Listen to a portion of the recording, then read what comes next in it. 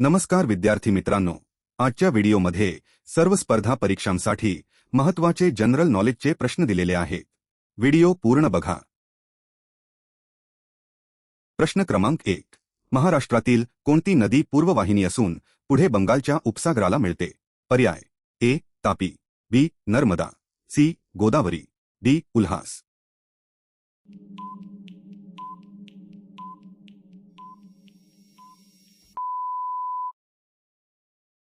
प्रश्नाचं योग्य उत्तर आहे पर्याय सी. गोदावरी. प्रश्न क्रमांक 2. तापी नदी महाराष्ट्रात मुख्यतः कोणत्या दिशेने वाहते? पर्याय ए. पूर्वेकडून पश्चिमेकडे, बी. पश्चिमेकडून पूर्वेकडे, सी. उत्तरेकडून दक्षिणेकडे, डी. दक्षिणेकडून उत्तरेकडे.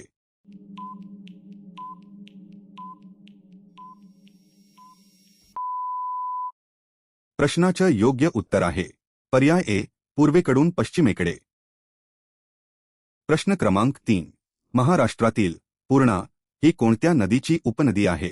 पर्याय ए. गोदावरी, बी. कृष्णा, सी. तापी, डी. नर्मदा.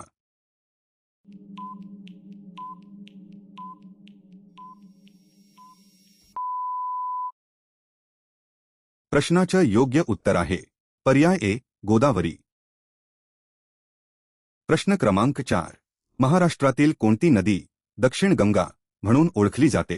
पर्याय ए. कृष्णा, बी. भीमा, सी. गोदावरी, डी. तापी.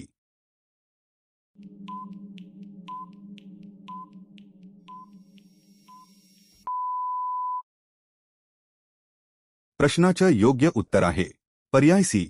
गोदावरी. प्रश्न क्रमांक 5. महाराष्ट्रातील गिरणा नदी कोणत्या नदीची उपनदी आहे? पर्याय ए. गोदावरी, बी. तापी, सी. कृष्णा, डी. भीमा.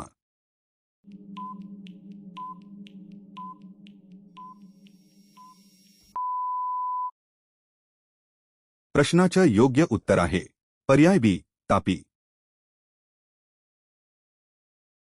प्रश्न क्रमांक 6. मुळा मुठा नदीचा संगम कोणत्या शहरात होतो? पर्याय ए. नाशिक, बी. पुणे, सी. सातारा, डी. सोलापूर.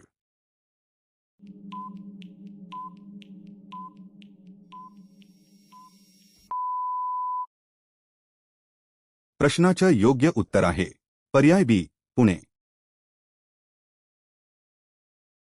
प्रश्न क्रमांक 7. प्रवरा नदी कोणत्या प्रमुख नदीची उपनदी आहे? पर्याय ए. गोदावरी, बी. कृष्णा, सी. तापी, डी. भीमा.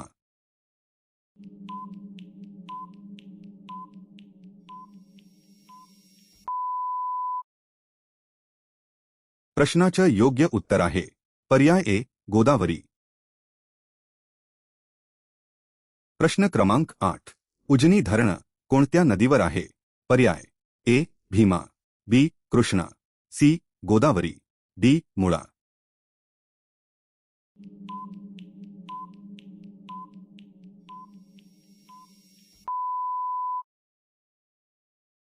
प्रश्नाचं योग्य उत्तर आहे पर्याय ए. भीमा. प्रश्न क्रमांक 9. खडकवासला धरण कोणत्या नदीवर आहे? पर्याय ए. मुळा, बी. मुठा, सी. भीमा, डी. नीरा.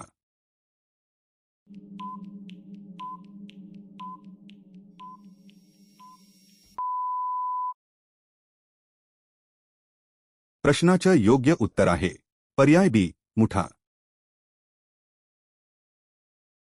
प्रश्न क्रमांक 10. जायकवाडी प्रकल्प प्रामुख्याने कोणत्या प्रदेशासाठी महत्त्वाचा आहे? पर्याय ए. कोकण, बी. मराठवाडा, सी. विदर्भ, डी. पश्चिम महाराष्ट्र.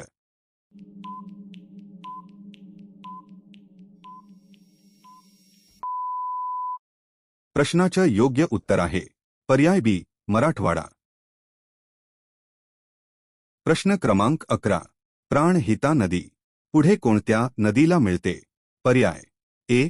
कृष्णा, बी. गोदावरी, सी. तापी, डी. नर्मदा.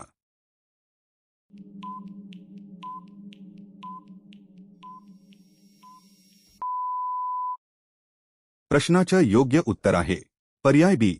गोदावरी. प्रश्न क्रमांक 12. महाराष्ट्रातील वैनगंगा नदीचा प्रवाह मुख्यतः कोणत्या भागात आहे? पर्याय ए. कोकण, बी. पश्चिम महाराष्ट्र, सी. विदर्भ, डी. मराठवाडा.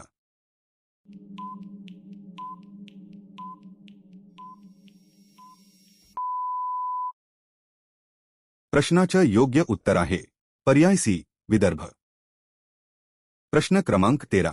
वर्धा नदीचा उगम कोणत्या राज्यात होतो? पर्याय ए. महाराष्ट्र, बी. मध्य प्रदेश, सी. छत्तीसगड, डी. गुजरात.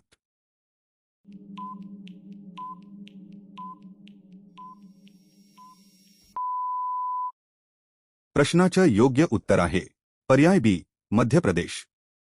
प्रश्न क्रमांक 14. वर्धा आणि वैनगंगा यांच्या संगमानंतर तयार होणाऱ्या नदीचे नाव काय आहे? पर्याय ए. कृष्णा, बी. प्राणहिता, सी. पूर्णा, डी. इंद्रावती.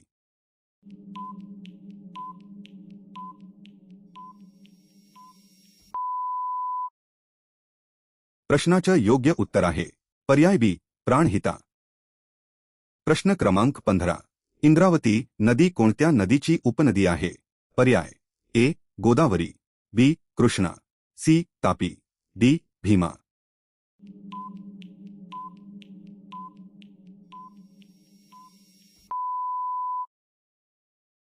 प्रश्नाचं योग्य उत्तर आहे पर्याय ए. गोदावरी. प्रश्न क्रमांक 16. मांजरा नदीचा उगम कोणत्या राज्यात होतो? पर्याय ए. महाराष्ट्र, बी. कर्नाटक, सी. मध्य प्रदेश, डी. तेलंगणा.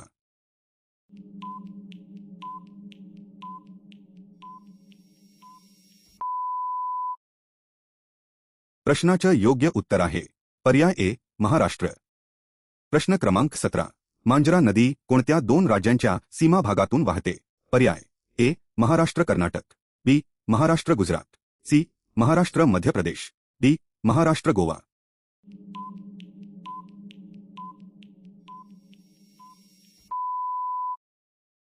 प्रश्नाचं योग्य उत्तर आहे पर्याय ए. महाराष्ट्र कर्नाटक. प्रश्न क्रमांक 18. इंद्रायणी नदी कोणत्या नदीची उपनदी आहे? पर्याय ए. भीमा, बी. कृष्णा, सी. गोदावरी, डी. तापी.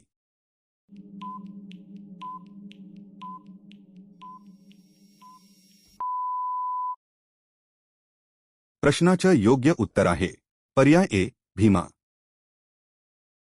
प्रश्न क्रमांक 19. कराड येथील कृष्णा आणि कोयना नद्यांच्या संगमाला कोणते नाव दिले जाते? पर्याय ए. प्रीती संगम, बी. मुक्ती संगम, सी. शिवसंगम, डी. त्रिवेणी संगम.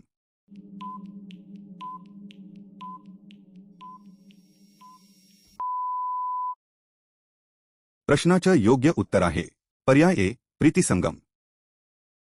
प्रश्न क्रमांक 20. वारणा नदीचा उगम कोणत्या पर्वतरांगेत होतो? पर्याय ए. सह्याद्री, बी. सातपुडा, सी. अरावली, डी. विंध्य.